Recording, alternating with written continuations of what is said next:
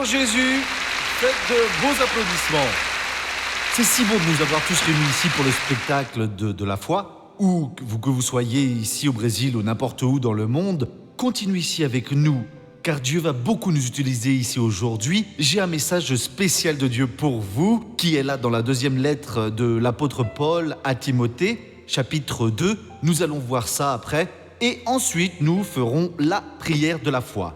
Dieu nous a énormément utilisés. Nous avons ouvert la parole et c'est elle qui gère la foi. Et sans elle, il est impossible de remercier Dieu. Et quand nous prions, le pouvoir de Dieu entre en action et alors il opère, il fait des merveilles. Tout comme durant ce culte, Dieu va en faire d'autres.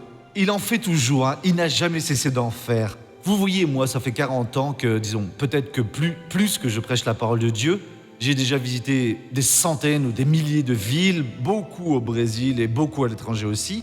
Il n'y a pas un seul jour, nulle part, où nous y sommes allés et Dieu n'a pas manifesté son pouvoir. Ici, dans le verset 14, il dit la chose suivante. « Rappelle ces choses en conjurant devant Dieu qu'on évite les disputes de mots qui ne servent qu'à la ruine de ceux qui écoutent. » Voilà quelque chose de sérieux, hein. Il y avait des disputes de mots. Et Paul a dit, ô Timothée, tu dois apporter tout cela. Hein. C'est ce qu'il a écrit avant. Hein. Nous n'avons pas le temps de lire chaque verset, mais chaque verset. Mais vous pouvez le lire après. Hein. Ce qui est intéressant ici dans ce qu'il dit, c'est qu'on doit éviter les disputes de mots. Si un jour vous trouvez en famille, avec des amis, et qu'il y a des disputes de mots, ne rentrez pas là-dedans. Paul disait que cela ne mène à rien. Ne parlez que de ce que Dieu fait. Demandez la sagesse à Dieu. Il disait qu'ils ne servent qu'à la ruine de ceux qui écoutent. Ces disputes de mots ne servent à rien, non. Pourquoi les ont-ils inventés alors? Ce n'est pas dans la Bible, ça, non? Soyez une personne simple. Que voulez-vous savoir? Vous voulez savoir comment arriver devant Dieu? Comment être béni? Je peux vous aider.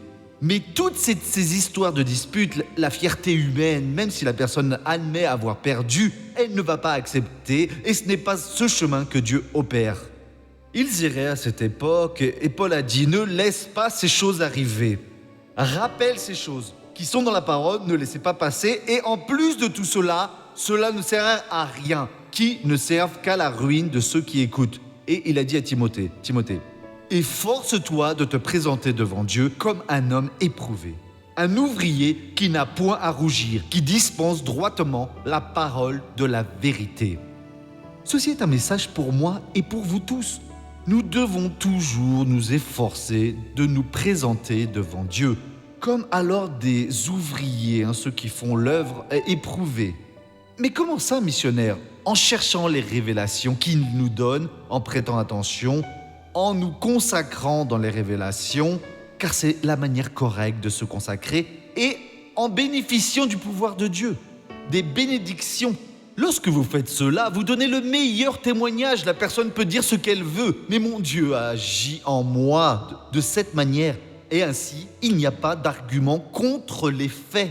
Mon frère, Dieu ne veut pas que vous vous comportiez comme un mendiant. Missionnaire, pour l'amour de Dieu, priez pour moi. La situation est difficile à la maison. Missionnaire, je ne sais pas quoi faire. Mon Dieu, je ne suis pas guéri. Non, il veut que vous appreniez et que nous apprenions tous à gérer et à comprendre alors la parole de la vérité, à l'épée de l'esprit qui est la parole de Dieu. Si vous apprenez à la gérer, le diable alors n'attaquera pas votre vie, votre famille ou aura du succès. Vous vous lèverez alors, vous donnerez l'ordre au nom de Jésus et le mal bâtira alors en retraite.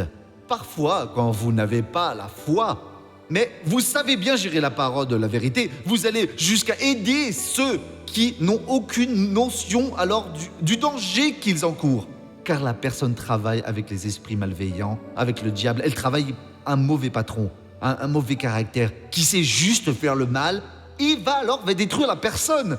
Mais si vous gérez bien la parole de la vérité, au travail, à la maison, dans le quartier, vous faites le travail d'un vrai évangéliste. Et Paul alors a donné ici plus d'instructions qui nous servent à vous comme à moi. Verset 16. Évite les discours vains et profanes, car ceux qui les tiennent avanceront toujours plus dans l'impiété. Les discours vains, profanes, vous ne devez pas entrer dans cette conversation. C'est une plaisanterie, ces histoires de se moquer des autres, comme ridiculiser la religion des autres. Ne faites pas cela. Alors vous avez passé votre vie à faire cela, même si vous ne saviez que ce n'était pas bien. Ne vous offendez pas, dites la vérité. Quand vous voyez que vraiment Jésus est meilleur, vous abandonnez. Vous ne devez pas vouloir prendre une décision et donner des ordres à cette personne. Faites ceci, Dieu nous conduit. Jésus est notre pasteur. Nous devons tout simplement dire la vérité. Venez converser les discours profanes. Tout cela ne va rien donner. Évitez tout cela. Respectez tout le monde, même si la personne fait des erreurs alors très très très graves. De plus, c'est elle qui a besoin de miséricorde, car sinon elle ne reviendra pas. Elle ne sort pas de ce fossé dans lequel alors elle est tombée. Il faut la traiter avec amour. Et quand Paul il a dit cela, il était dirigé par l'Esprit de Dieu. Et là, alors elle commence à parler de 2 personnes qui se sont éloignées de la vérité. Allons au verset 21 maintenant, car c'est ce qui nous intéresse ici. Si donc quelqu'un se conserve pur de tout ce qui est condamné par la parole, dont Paul a parlé, en s'abstenant de ces choses, il sera un vase d'honneur. C'est dans le verset précédent, il raconte que dans une maison, il y a un vase d'honneur et un vase de déshonneur. Et si vous voulez être un vase pour l'honneur de Dieu, vous devez vous purifier de toutes ces choses. Si vous ne vous purifiez pas, vous ne le serez jamais. C'est impossible, mon frère, pour servir le monde et servir Dieu. Un moment avec un pied d'un côté alors de l'eau et un autre moment de l'autre côté. Quand la rivière est petite, ça va. Mais après, quand elle grandit, bon, ça va encore. Vous pouvez rester d'un côté et de l'autre côté aussi. Mais peu après, vous n'y arrivez plus. Alors arrêtez avec tout cela. Prenez une décision. Dieu, j'apprends l'ABC alors de l'évangile. J'entre maintenant en ta présence. Ô Seigneur Dieu, enseigne-moi, aide-moi, montre-moi ce que je dois faire. Et Paul dit ici clairement, si donc quelqu'un se conserve pur, en s'abstenant de ces choses, il sera un vase d'honneur. Donc en étant un vase d'honneur, nous serons toujours des vases en argile. Mais Dieu va y mettre son trésor, l'Esprit Saint, à l'intérieur de vous. Et c'est son onction. C'est un honneur, vous allez avoir besoin de cette onction. Un honneur, mes amis, comme le soleil se lève, alors la pluie tombe sur vous. L'honneur vient sur le mal qui va vous affecter, vous ou votre famille. Et si vous n'êtes pas comme un vase d'honneur, si vous n'êtes pas préparé et rempli de pouvoir à utiliser, l'ennemi entreprend la destruction et vous êtes alors perdu. Vous êtes abattu. Il y a des gens qui ont déjà vécu cela. Un missionnaire, quand j'ai eu le plus besoin d'utiliser le pouvoir de Dieu, cela n'a pas marché. Si donc quelqu'un se conserve pur en s'abstenant de ces choses, il sera un vase d'honneur sanctifié, utile à son maître, propre à toute bonne œuvre.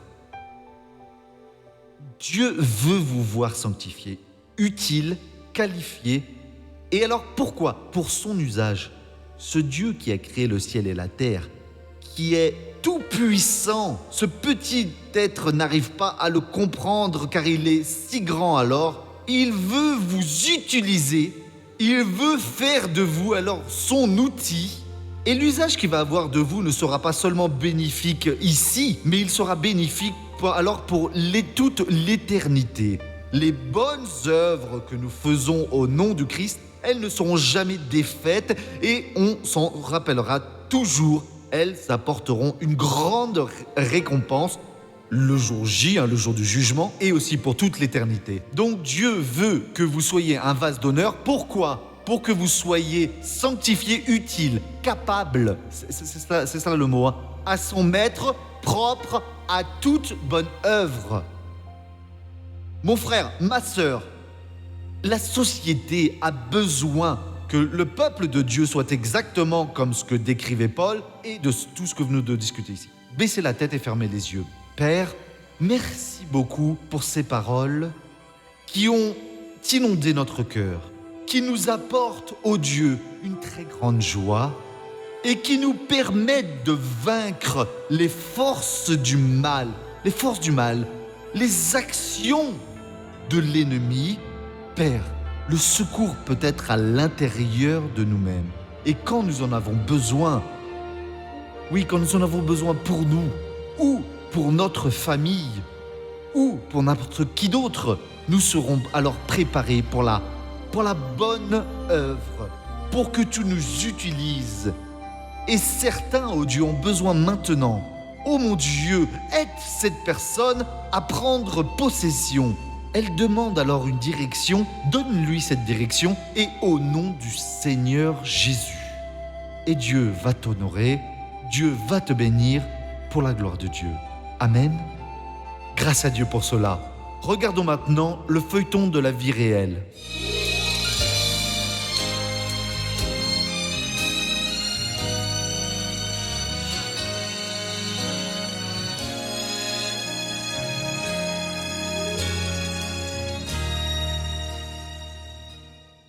J'avais seulement passé le bac et j'avais vraiment envie de reprendre les études, mais je n'avais pas les moyens de payer l'université. J'ai toujours aimé étudier, j'ai toujours voulu avoir un diplôme, mais c'était très difficile car mes parents étaient séparés et ma mère n'avait pas les moyens de payer une université pour moi. Elle a toujours eu envie d'entrer à l'université. Elle en était capable, mais son salaire était trop faible et tout était bien trop cher. À cette époque-là, je gagnais un salaire minimum. Elle gagnait peu, très peu, et elle n'avait pas les moyens de payer. Et moi non plus, je n'avais pas les moyens de l'aider. Et donc, quand ça s'est passé, il se moquait de moi. Il disait « Ah non, ça c'est seulement pour ceux qui ont de la chance. Ceux qui ont les moyens, les pauvres n'ont pas le droit. » Et moi, je leur disais « Mais moi, je ne suis pas pauvre, je suis la fille de Dieu. » Et ils se moquaient de moi. J'ai commencé à parrainer. J'avais juste l'argent pour parrainer et payer les factures. Et au début du parrainage, il y avait des moments ainsi où je pensais « Ah, je ne vais pas y arriver, je vais tout arrêter. » Mais ils disaient toujours que la graine, nous ne pouvons pas la manger sans planter. Donc, à chaque fois que je pensais à arrêter, j'y allais et je disais « Non, encore 3 mois. » Et ainsi, grâce à Dieu, Dieu m'a bénie car j'ai toujours réussi à payer. Elle n'a pas arrêté, elle a continué. Et ça a bien marché grâce à Dieu. Je suis arrivée à la maison et j'ai dit à mon mari, je vais passer un examen. J'y suis allée, je me suis inscrite à l'université et j'ai réussi. Ensuite, j'ai passé un concours et j'ai réussi. J'ai passé tous les examens, j'ai gagné une bourse d'études 100%. J'ai étudié, j'ai suivi tous les cours, j'ai reçu mon diplôme et à la fin de mes études, pour mon parcours académique, j'ai reçu une bourse qui couvrait 100% de mon master. Cela veut dire que Dieu m'a donné ce que je lui avais donné, il me l'a rendu en double. Elle m'a dit « Ah maman, j'ai obtenu une bourse, maman. » Je lui ai dit « Ma fille, c'est très bien, car si tu l'as obtenue, c'est parce que Dieu te l'a donné, non ?» Quand je l'ai reçue, tout le monde voulait savoir « Mais comment as-tu fait pour la gagner ?» Je disais « Je n'ai rien fait, j'ai juste prié Dieu et j'ai tout mis dans ses mains. » Elle gagne bien maintenant, elle m'aide beaucoup aussi. Aujourd'hui, je gagne 3 fois plus que ce que je gagnais avant. J'ai de l'argent. Avant, j'allais à l'église et j'avais envie de parrainer, de faire un don plus important, mais je ne pouvais pas. Aujourd'hui, je peux. Aujourd'hui, l'argent que j'ai, je sais que c'est Dieu qui me le donne. Donc, quand je vais à l'église et que le pasteur demande si j'ai les moyens, je donne. Je ne dis jamais non, car quand j'allais à l'église et que le pasteur me demandait et que je n'avais pas d'argent à donner, j'étais très triste et je disais « Mon Dieu, si Seigneur, tu dis dans ta parole que Seigneur, tu nous donnes toute la bénédiction, que toute la richesse vient de toi. » J'avais envie d'aider et je ne pouvais pas. Aujourd'hui, non. Aujourd'hui, je parraine, je fais mon propre don. C'était son grand rêve et elle a réussi grâce à Dieu. Tous les jours, donne une bénédiction, même si elle est toute petite, mais il a augmenté. Tous nos rêves se sont réalisés grâce à Dieu, car son rêve était le nôtre aussi, non ? Dieu ne veut pas d'argent, il veut ton amour. Et quand nous pensons à parrainer, à quoi pensons-nous ? À notre plaisir d'être ici et de recevoir la parole de Dieu. Donc vous ne parrainez pas pour recevoir des bénédictions, vous parrainez pour aider le missionnaire à prêcher l'évangile. Et ensuite, Dieu redistribue tout naturellement. Ah, Jésus est bon, messieurs, dames. Voyons maintenant la première question. Missionnaire, celui qui cesse d'aller à l'église à cause de son travail est puni par Dieu ? Cela dépend, ma sœur, car nous avons tous au minimum un jour de repos, un jour par semaine, et nos églises sont ouvertes 7 jours par semaine. Donc s'il travaille le jour là où tout le monde va à l'église, disons le jour du Seigneur, dimanche, Si vous travaillez ce jour-là, vous avez un autre jour de repos, vous pouvez y aller. Vous ne travaillez pas non plus 24 heures par jour. Ici, nous ouvrons à 6 heures du matin et alors nous avons des cultes jusqu'à presque 10 heures du soir. Donc l'église de la grâce n'a pas d'excuse. Nous devons être assidus dans la maison de Dieu. Pourquoi ? Car cela montre que nous aimons le Seigneur, car là nous apprenons à faire l'œuvre de Dieu. Et cette communion entre toutes ces personnes qui s'unissent pour alors adorer Dieu, pour écouter la parole, pour prier, cela fait alors beaucoup de bien. Ce chrétien exclusiviste, non, je ne sers Dieu chez moi à ma façon. Vous ne pouvez pas servir Dieu à votre façon. Vous devez servir Dieu à la façon de Dieu. Et dans la Bible, c'est écrit « N'abandonnons pas notre assemblée comme c'est la coutume de quelques-uns ». Et Dieu le sait, car c'est lui qui l'a dit. Deuxième question maintenant. L'ennemi peut-il s'emparer d'un enfant ? Regardez à à Marc chapitre 9, nous voyons ici qu'il s'empare de ce garçon qui paraissait épileptique. Il n'a pas pris et il l'a jeté dans le feu et dans l'eau. Et c'était un enfant. Et il a dit, depuis tout petit, il s'efforce à le tuer. C'était une histoire. J'en ai déjà entendu des similaires. Il y a beaucoup de mysticisme par ici. Et parfois la personne, le prêtre de Dieu, il doit avoir le don du discernement. Anna, par exemple, quand elle a demandé à Dieu, quand elle ne supportait plus d'être humiliée, elle n'avait pas d'enfant, et elle priait tellement qu'elle paraissait ivre. Et le prêtre Élie l'a chassée alors de l'église. « Sors d'ici, alcoolique, sors d'ici !» Elle a dit « Non, Seigneur, je ne suis pas bourrée, c'est la douleur dans mon âme. Je suis une femme et on se moque de moi car je suis stérile. Je veux un enfant et j'ai été jusqu'à dire que je le donnerai à Dieu. » Élie a alors changé d'avis, il l'a béni. Et elle a eu le Samuel et elle l'a emmené au temple dès son plus jeune âge. Et Samuel a grandi là-bas, elle a eu d'autres enfants par la suite. Enfin, c'est dans la douleur de la personne. J'étais dans une église un jour et il y avait une personne qui luttait et l'ouvrier allait déjà lever la main sur elle. Et je lui ai dit, ne lève pas la main sur cette femme. Ça, c'est la douleur de Dan. Car c'est une douleur spirituelle. Vous la sentez dans votre cœur. Alors l'homme de Dieu doit le sentir. Il ne peut pas dire toute personne qui dit des gros mots est possédée par le démon. Non. Parfois, la personne ne l'est pas. Elle est juste opprimée. Mais celui qui est de Dieu sent et libère ce qui est bon en lui. Voyons maintenant ouvrir son cœur.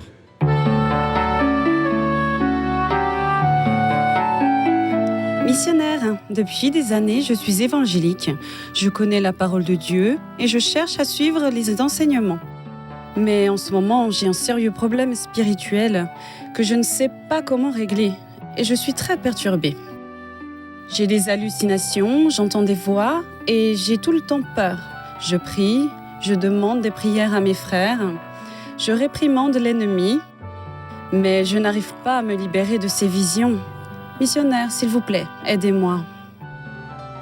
Ma sœur, être à l'église et dire que vous êtes évangélique, c'est une chose. Et être vraiment une personne de Dieu, c'en est une autre. Un pratiquant de la parole du Seigneur. Le symptôme qui est apparu, on dirait que c'est la perturbation. Ou vous êtes très faible et le démon joue alors avec vous et vous continuez de lui offrir le thé. Et il y a des gens comme cela, ils prennent des décisions. Ils cherchent un pasteur qui soit de Dieu, consacré, ils parlent avec lui et ils les orientent. Vous dites que vous cherchez à suivre les enseignements. Vous n'avez pas à suivre les enseignements, car l'Église n'a pas d'enseignement. Vous devez suivre ce que vous comprenez dans la parole de Dieu. Vous faites une bonne prière et Dieu vous montre. Peut-être qu'ici, il ne s'agit pas que vous veniez, qu'on expulse le démon, car peut-être il n'y a pas de démon en vous. Le mieux, c'est que vous soyez dirigé par la parole de Dieu. Si vous êtes dans la parole, mon frère, vous serez le vase de l'honneur pour que le Seigneur vous utilise. Vous serez une personne utile, qualifiée, et Dieu va vous bénir beaucoup. Et que dois-je faire pour être dans la parole ? Simplement être dans la parole et rien d'autre. Maintenant, nous allons prier. Laissez-moi juste faire une lecture pour vous ici, du dernier verset que nous allons voir. Vous allez prier sur celui-là. Paul parle à Timothée, il dit au chapitre 2, 21. Si donc quelqu'un se conserve pur en s'abstenant de ces choses. Vous voyez mon frère, voyez ce qui vous retient, ce que vous prenez comme cible. Dieu, je veux être purifié. Ce sont des pensées mauvaises, des désirs mauvais. Ce sont des choses qui ne plaisent pas à Dieu. Dieu, donne-moi les conditions de me purifier. Si donc quelqu'un se conserve pur, en s'abstenant de ces choses, il sera un vase d'honneur. C'est ainsi que vous devez penser. Sanctifié, utile à son maître, propre à toute bonne œuvre. Nous allons nous lever maintenant et nous allons prier en foi en Jésus. Écoutez, fermez les yeux, concentrez vos pensées sur Dieu, et Dieu ne vous dit pas cela par hasard. C'est parce que Dieu veut faire cela dans votre vie. Quand nous prenons connaissance d'une révélation de la parole, nous pouvons dire « c'est la volonté du Seigneur ». Nous prions alors « Père », nous commençons cette prière avec des milliers de personnes. Certaines sont ici dans l'église et à travers le pays. Il y en a aussi ailleurs des milliers et des milliers. Ils sont unis maintenant en priant. Des personnes qui ont besoin d'être libérées, d'une guérison, d'un pardon. Ils ont besoin d'un miracle. Et pour cela, oh Dieu, ils disent « Viens m'aider, viens mon Dieu me transformer, changer ma vie ». Et Dieu, maintenant, je veux que Seigneur, tu viennes purifier cette personne, car elle sera un vase d'honneur pour l'usage du Seigneur. Elle veut, ô Dieu, faire ta volonté, l'œuvre que le Seigneur alors a préparée pour elle. Il y a tant de personnes qui souffrent maintenant, Père. Il y a une personne qui a une douleur sur le côté droit de la tête. Ce n'est pas supportable. Touche et guéris cette personne maintenant. Oh mon Dieu, depuis le haut de la tête jusqu'à la pointe des pieds. Père, à l'intérieur et à l'extérieur, peu importe la taille de l'œuvre, tu es le Tout-Puissant.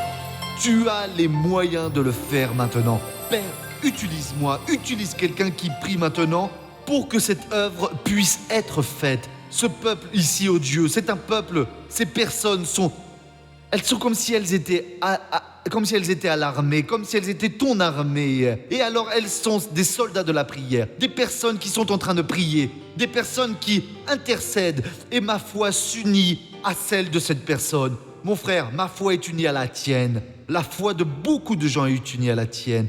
Vous qui êtes à la maison maintenant, vous avez besoin d'une aide, vous avez besoin d'un secours, vous avez besoin d'être libéré, d'entendre la voix de Dieu, de sentir le pouvoir de Dieu en vous. C'est maintenant, et Dieu est venu dans votre vie. Le Seigneur opère, et Dieu va faire quelque chose de très grand en vous maintenant. Ô Père, j'unis ma foi à la foi de cette personne. Je vais briser le pouvoir de l'ennemi dans sa vie. Et je vais exiger que ce mal sorte. Et il va devoir battre en retraite maintenant. Mal, l'heure est venue pour toi de sortir. Maintenant, la douleur doit sortir de cette personne. La perturbation doit sortir. Et au nom de Jésus-Christ, je ne demande pas. Je prie maintenant. Prie, mon frère, au nom du Christ. Où que soit le mal maintenant, joins ta force à la nôtre. C'est dans le pouvoir, au nom de Jésus-Christ. C'est dans le pouvoir de ce nom qu'est notre secours. Car notre secours est au nom de Jésus et nous brisons le pouvoir du diable. Et je dis, sors au nom de Jésus.